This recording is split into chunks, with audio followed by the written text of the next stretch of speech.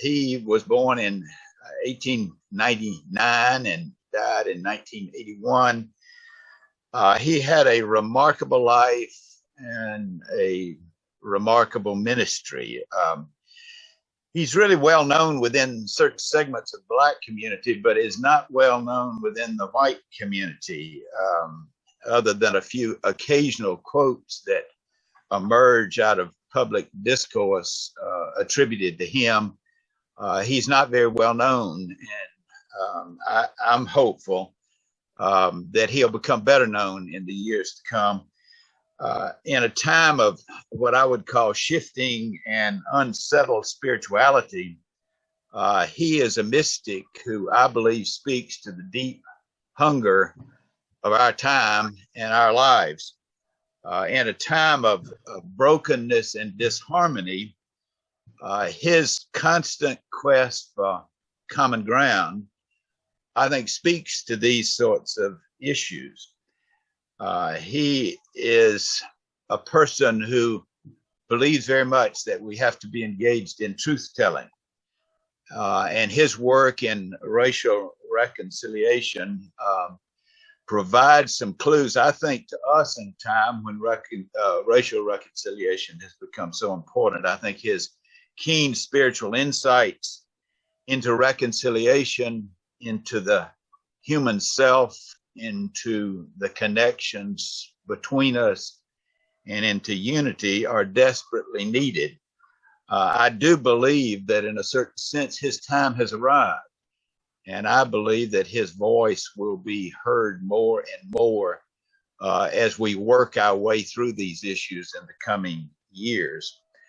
I want to begin this morning with a meditation from Howard Thurman. He was famous at Marsh Chapel in Boston University and his time at Fellowship Church in San Francisco for weekly doing a thoughtful meditation.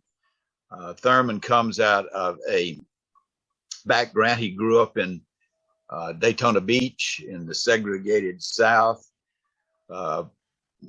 obtained a very fine education at various schools that we'll learn about later.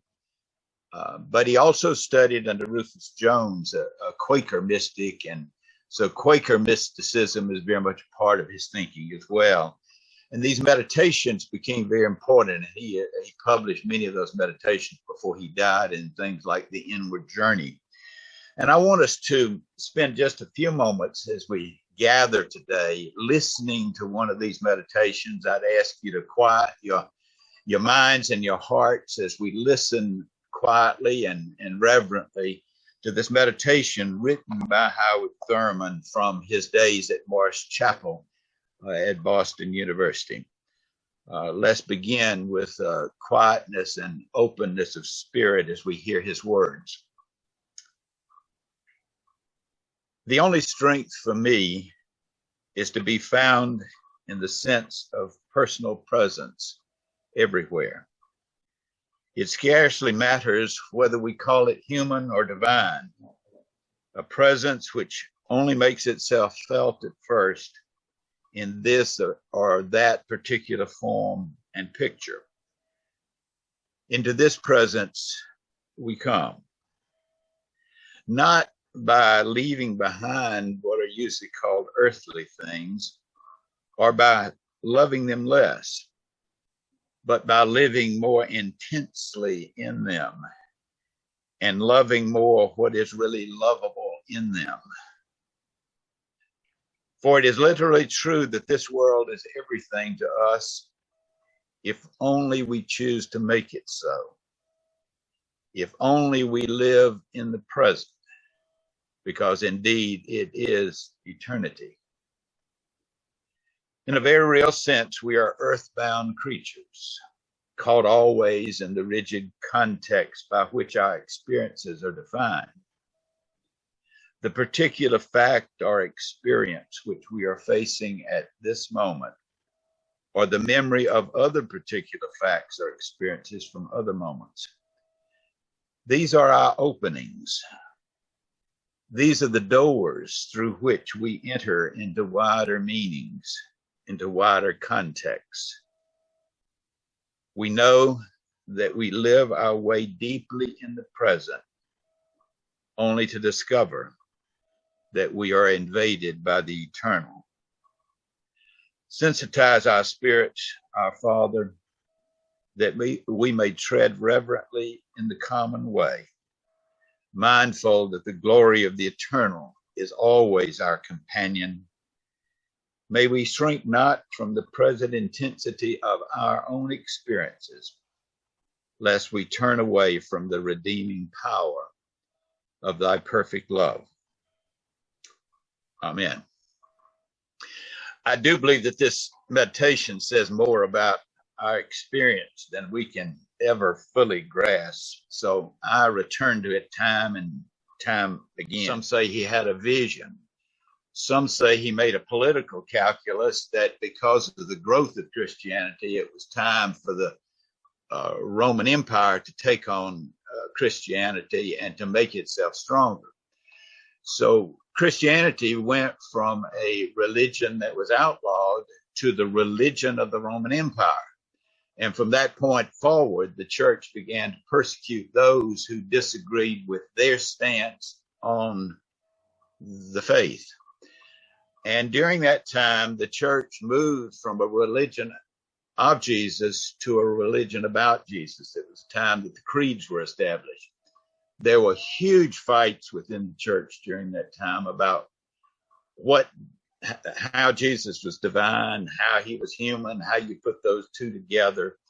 And those became the Chalcedon Creed and Nicene Creed and other creeds of the church. But Thurman's argument is that more and more the faith became about the religion about Jesus rather than the religion of Jesus. And as a consequence, more and more things began to happen in the name of Christianity that would not have been acceptable to Jesus himself. He believes that the way in which Christianity and slavery existed together were inconsistent with the religion of Jesus. And it's a matter of great shame, I think, in this country that Southern churches were often dismissed to go out and have a public hanging of a black. And we have those images now of folks dressed up for church, going out to the neighborhood tree, torturing and hanging a black man, and then going back into the church and praising Jesus. We also have images that you will see in the documentary, if we're able to play it, of Ku Klux Klan dressed people standing in the pulpits of Christian churches. And Thurman would argue that it goes beyond these gross images that none of us would support to more subtle ways in which the church takes on the values of the culture, takes on the political and cultural values, and leaves behind the values of Jesus. In the book, he talks about how Jesus was a poor person, he was a Jew, and he was a minority. And the message of Jesus really revolves around all three of those things. And Thurman bemoans the fact that we have lost our connection with our Jewish faith. And I'll try to say more about that in a bit. Thurman's theology, though, is fascinating. He believes, and Ron, how are we coming with the video? Are we making any progress? Because I may just talk on and on.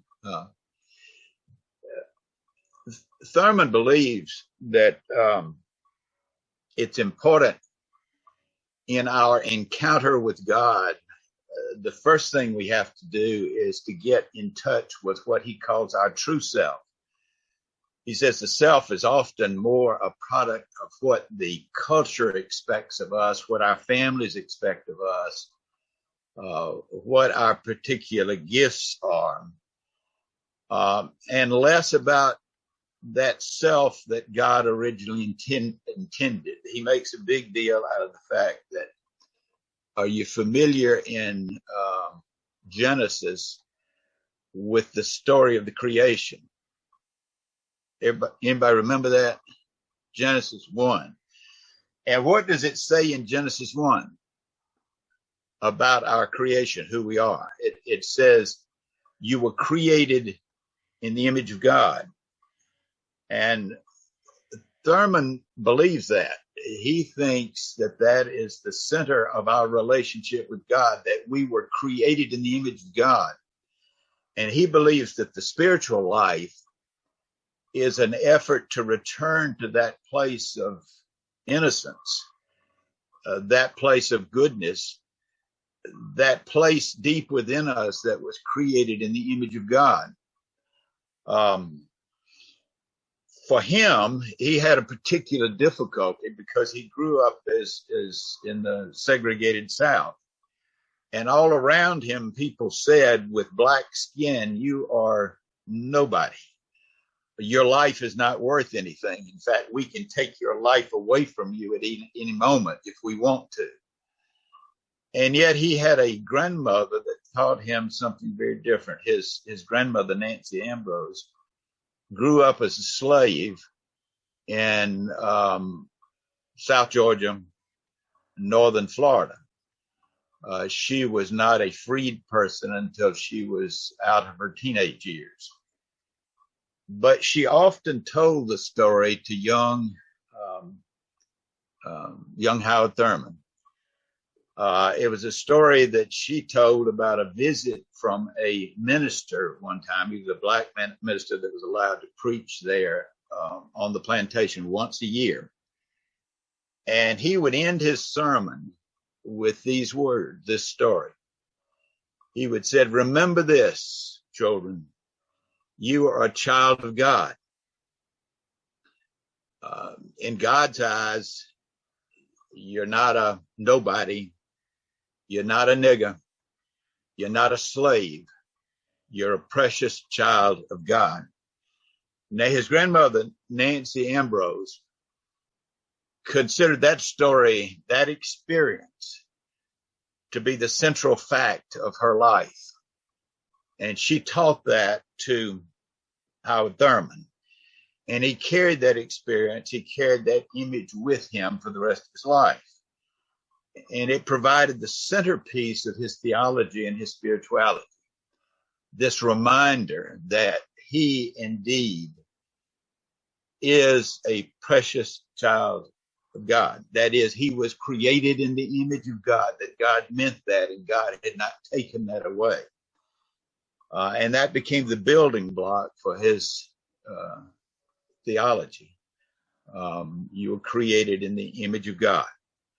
And he believed that our spiritual life was a journey back into that true self, letting go of all of those false images that others had put on us, back into that image of God. He said that's what we came into this world with. And when we die and leave this world, that's what we'll be left with. We came from God, who created us in his image. We return to God, who reclaims that person created in the image of God. But it was a profound insight to him to realize that he was created in the image of God. But as he got deeper into himself, deeper and deeper into his life as a child of God, he realized something pretty profound that has amazing implications for our disharmony, our disagreements with one another, our seeming inability to work together to value one another. He realized as he got deeper into himself that those other people out there were also created in the image of God. And if they too can return to their true selves, that we have a meeting place there, a common ground. And so much of his life was spent in his deep hunger for common ground. And the third thing I would say about his theology is that he believed very much in experience. Now, most of us on this call are either Methodist or Episcopalian. And in both those traditions, they're the four pillars of doing theology. Can you name the four? What are they? There's scripture, Bible. There is tradition, what our faith has given to us from our mothers, fathers, and those that came before us. There is reason, which became very important after the wars in Europe, where Christians were fighting Christians and killing each other in the name of Christ. And the Enlightenment came along and began to ask the question, how can you do this? If you use your brains, you'll realize it's not a cool thing you're doing, not even consistent with your faith. So reason became a part of the equation. And then the final thing was experience.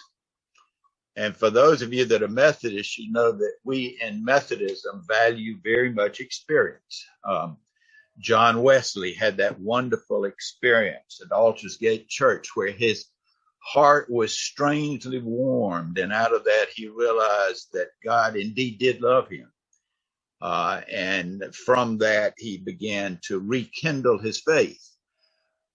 Charles Wesley also had an experience of that heartwarming faith a couple of weeks before John Wesley had his. And of course, Charles Wesley, we have his testimony to that in his great hymns, Love Divine, All Loves Excelling, and all the other great hymns of that Charles Wesley provided for us. But one of the pillars of Thurman's thinking is experience. He believes that it's not just what we would term religious experience, where we have something that we identify with church or something that we identify with God. He thinks all experience has within it the ingredients of connecting us back with God, if we'll spend the time to look at that experience, evaluate what it's saying. And he believes that that experience that we have will help put us back in touch with our true selves, put us in touch with the unity of all creation, and also put us back in touch with God. And so experience is very, very important to him. John, yes. What denomination was Howard Thurman identified with? He grew up Baptist, and he had a very difficult time with the Baptist faith, as he would have a hard time with the Asbury version of the Methodist faith. When he was 7 years old, his dad, who worked on the railroad and gave financial security to that family, he died suddenly. He got tuberculosis. He had pneumonia and came home and died within a week. And the Baptist minister that had their local church refused to do the funeral for his father because his father was a non-believer, or at least he wasn't a believer according to the Baptist church. So they finally talked another Baptist minister into coming and doing the sermon for his dad's funeral. And literally the Baptist minister came in and preached his dad into hell, because he preached one of those hellfire damnations and said, this man is doomed to hell. And if you don't do right, and if you don't believe right, you're going to hell too. Needless to say, to a 7-year-old boy, that made a deep impression and was not very positive, as it is not very positive to me today. But he remained Baptist to the end, but it was a very different kind of Baptist than the one that preached his father into hell. He studied under Rufus Jones at Haverford College, and I think was as much Quaker as he was anything else. He really believed in the inner light of the Quaker faith. He believed in the meditative qualities of the Quaker faith. And so in many respects, he was Quaker, but he continued to call himself Baptist. At at the church in Fellowship Church in San Francisco. He had a church that included Buddhists and Hindus and Baptists and Methodists and Episcopalians. So it was a very ecumenical church. And then at Rankin Chapel at Boston University, it was an ecumenical church as well. So I think his spirit was an ecumenical spirit, but I think he remained a Baptist minister until the day he died. John, I've got the PowerPoint screen on my screen. What do you see? Do you see it? I see you. I see Howard Thurman. I see Gandhi. All right. Well, then it didn't work. So. All right, it didn't work. All right. Well, let's just go on. If we get these things to work, and maybe next week we will watch the video, and I'll just keep talking for a few minutes. And if you have questions, as Carol Ann did, let me know. Michael, will you go check in with Will, see how he's doing, and just confirm he's not going? And ask him what his thoughts are about lunch. Like, do we change our lunch plans or what? Well, that doesn't have much to do with Howard Thurman. Well, that wasn't the question, was it? Okay. I was hearing something about lunch plans, and I'm not sure that was in the presentation. Let me go back and talk a little bit more about experience, though. Howard Thurman was a mystic, and of course, mystics tend to look very closely at their experience of God in prayer, their experience of God in the ordinary things of life. And mystics believe that we need no intermediaries in order to have a direct contact with God. If we're open to it, if we have the quietness, we can communicate directly with God. And he was certainly one of those. And his Quaker background helped him with that focus on stillness, that focus on quietness. By the way, I think in many ways, John Wesley appreciated this way of thinking. I personally view Wesley as having a mystical streak to him, and certainly Charles Wesley did, if you'll listen to the song. But for Thurman, a lot.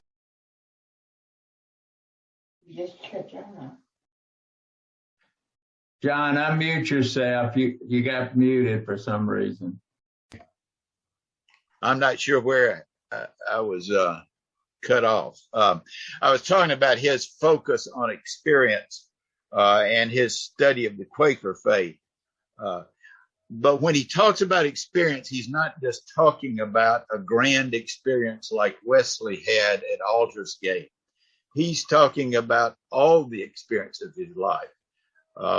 And he was especially talking about our experiences in nature.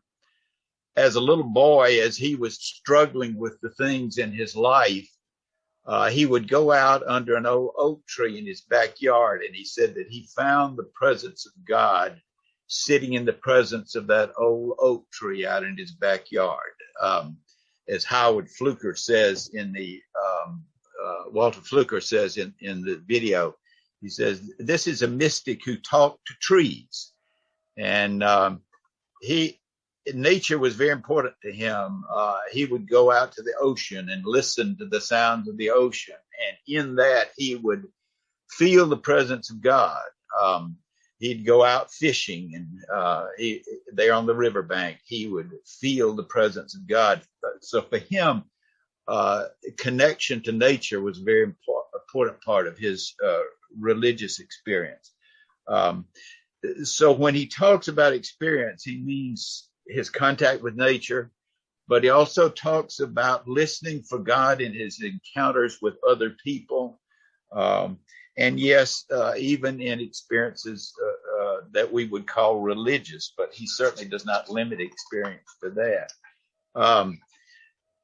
His problem was, and this is where the PowerPoint would come in. I'm using a PowerPoint that Stuart Higginbotham gave me from a Benedictine monk who talked about the mystical way.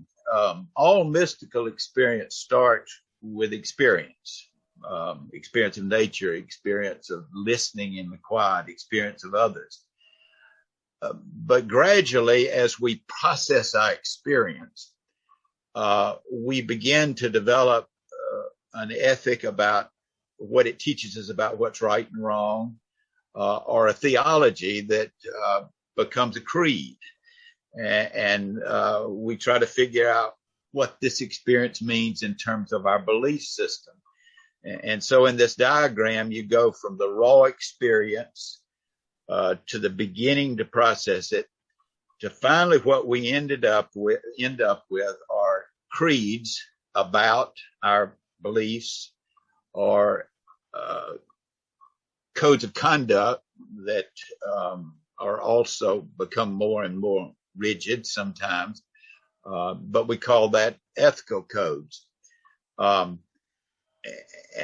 Stendhal-Ross in this diagram says, once we begin to get rigid with our doctrine or our creeds or our ethical system, we need to go back to experience and retest those creeds that may have become inflexible. And Howard Thurman, before we develop creeds, he wants to go back to experience and continue to experience things. Let me read to him what he said. He said, all theologies that produce creeds or ethical systems, all theologies that define God and our understanding of God, all dogmas, all creeds, all of these are inventions and creations of the mind. It is what the mind does, as the mind takes the raw stuff of religious experience. Meanwhile, the religious experience has gone on experiencing. So as soon as we get the doctrine down and fixed, we move on. I must tear it down and get some more testimony down the road. We in the church tend to get caught up in this and stop with the creed. And it becomes more and more rigid, and we try to make other people conform to our understanding of that creed. And Thurman's theology would say, no, you need to go back to your experience of other people, your experience of God, your experience of nature. And in that, continue to experience the presence of God. And so much of his teaching and writing is about that. And he warns that the church, as it gets more and more inflexible, can become more and more intolerant of other people, and can allow things that the teachings and life of Jesus never would have allowed. So he's always carrying us back to the Beatitudes. He's always carrying us back to the teachings of Jesus. He's always carrying us back to our experience of the presence of Jesus in our lives. I'm going to stop there and see if I've raised any questions in your mind so far. And so unmute yourself and talk with me a little bit about what you've heard. John, one thing I was really interested in, if I remember this correctly, that Howard's father died at a young age, and his mother took in laundry and did washing and laundry for a living. And it's just amazing that in the late 1800s that he was able to go on to some of the colleges that he went to and all. Do you know how that came about? Or yeah, I do. His father died at age 7, which meant that the income from the family was gone, and his mother took in washing and cleaned houses for people, and so she worked pretty well around the clock to support the family. And his grandmother, Nancy Ambrose, became the primary caregiver for him. But right from the start, he was a brilliant student. He just had a mind that was amazing. He was exceptional intellectually. And he excelled in school, and he had a couple of teachers. School only went to the 7th grade for blacks.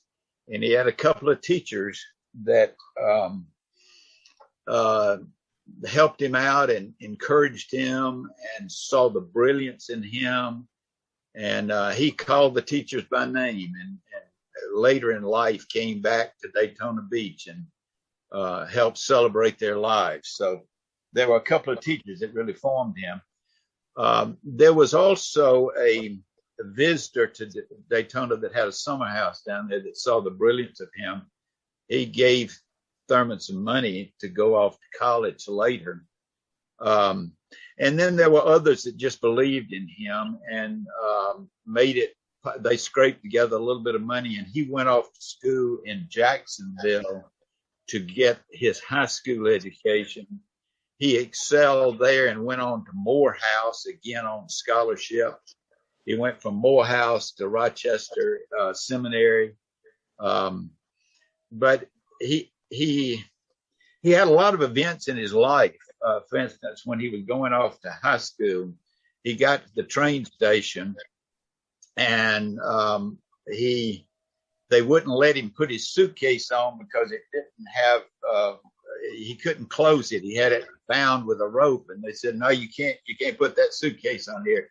You have to send it special delivery.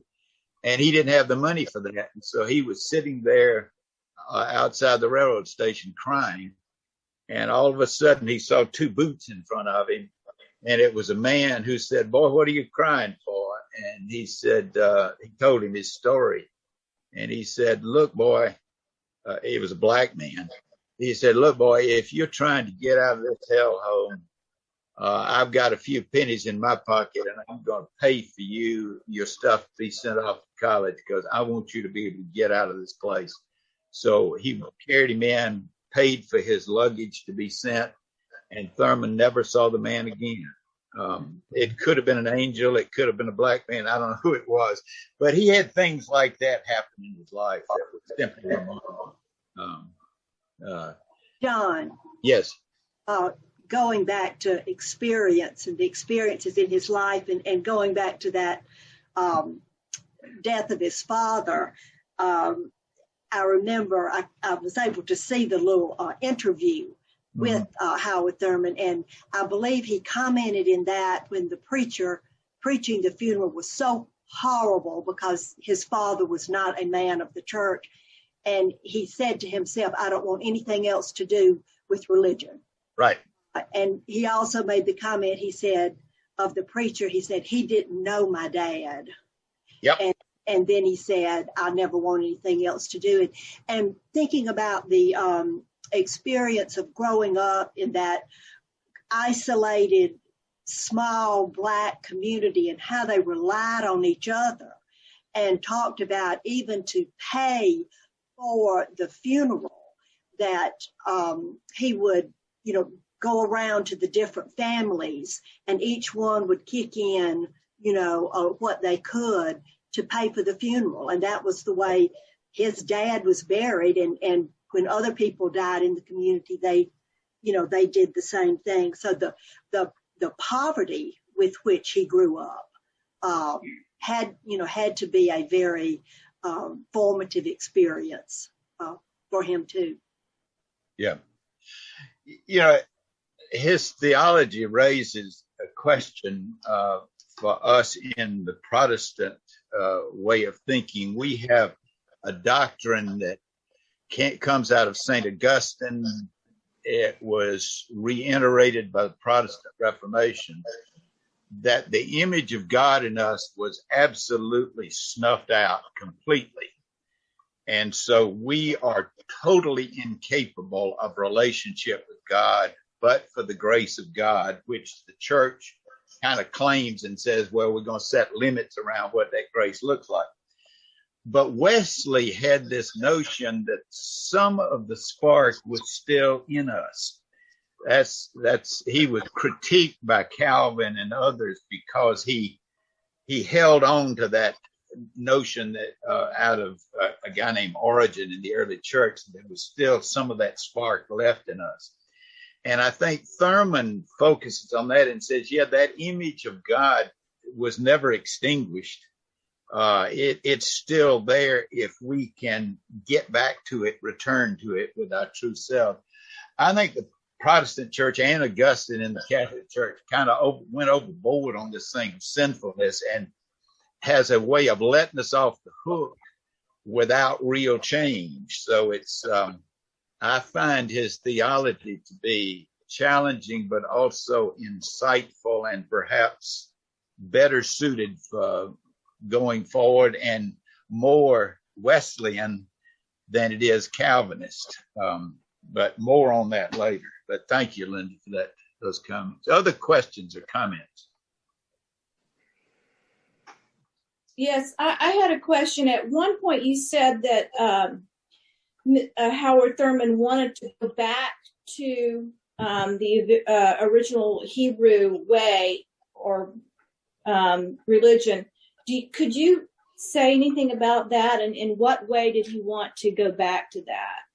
Well, he recognized that Jesus was a Jew, thoroughly Jewish. You read Luke's gospel and you realize that he was brought up as a practicing Jew, that he observed, and he feels like that we cut ourselves off from our Jewish roots and don't even understand our scriptures because we don't understand how Jewish we still are and how Jewish our scriptures are. And you look at Luke's gospel and it's just filled with references to the Jewish faith. Paul was a Jew, and a part of what Thurman means by that is that when we cut ourselves off from the prophetic insights of the Old Testament prophets, we cut ourselves off from our roots. And he was very much attuned to the prophetic in Isaiah and Amos and Hosea and Jeremiah. And I think there's some truth to that. I think that we have created a Christianity that's too cut off from that. I noted that Amy Jill Levine is speaking today, preaching at the National Cathedral in Washington. She is a Jewish woman who teaches New Testament at Vanderbilt Seminary.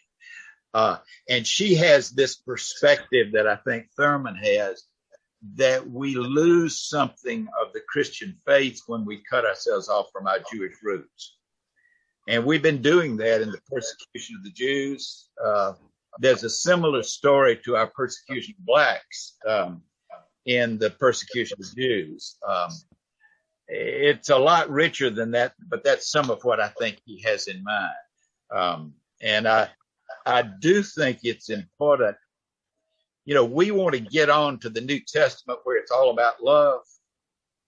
And we forget that the love of God is mentioned more in the Old Testament than it is in the New Testament. When you turn to the New Testament, you get less language about love, and who do you find?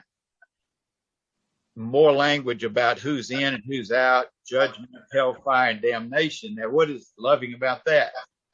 And then we carry that to an extreme in Christianity, about so concerned about who's in and who's out.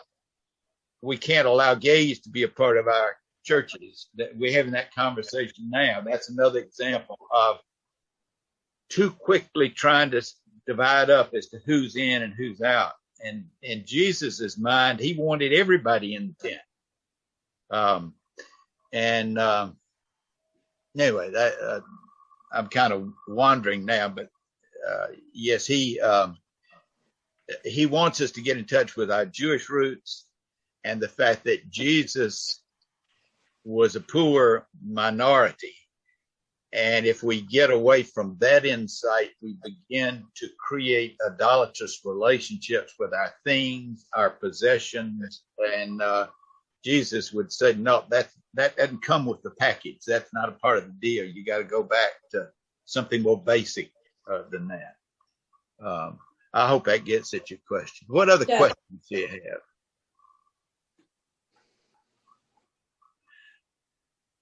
You know, this idea of being somebody. Was there a question? Yes. Yes. Yes. You got to unmute. You're still muted. There you go. Am I muted now? You're unmuted. Good. So is Jim. Okay, but it's me. I have been reading a study of Luke by Richard Rohr. Yes. He says many of the same things that you are just saying. And in fact, he says that in the first 2 chapters of Luke, that's where he is trying to establish Jesus back with the Jews. Yes. And John the cousin, John the Baptist, the cousin, you know, that he also is richly endowed in the Old Testament, you know, from the Old Testament. And that has been very interesting to me. Well, and I find Richard Rohr's insights to be very valuable. I read him every morning. Don't always understand him, but That's true. I think he's excellent. You know, he's done a lot with storytelling too. And one of the things that I think Howard Thurman is saying is that we need to be careful about the stories that have formed us. And some people need to have a better story. And for Thurman, he got that better story from his grandmother, who said, "You're somebody." I think Luke's gospel is especially helpful. You know, it records Jesus's first sermon. Do you know where it was from? Chapter 4. He's driven out into the wilderness. He comes back to the wilderness. He goes into the synagogue and preaches his first sermon. And he preaches from Isaiah. I have come to preach release to the captives, good news to the poor. And he preaches this sermon about liberation from the things that have shackled the people. And do you remember what happens at the end of that story? What happens? The church doesn't, the Nazarenes do not actually accept him as well as he would like. Well, they finally understood what he was saying, and they realized this dude is coming here messing with our creed, our beliefs, our rigid systems, and he's about to set all that free, and we don't want that. We're comfortable with where we are. So they ran him out of the town and tried to kill him.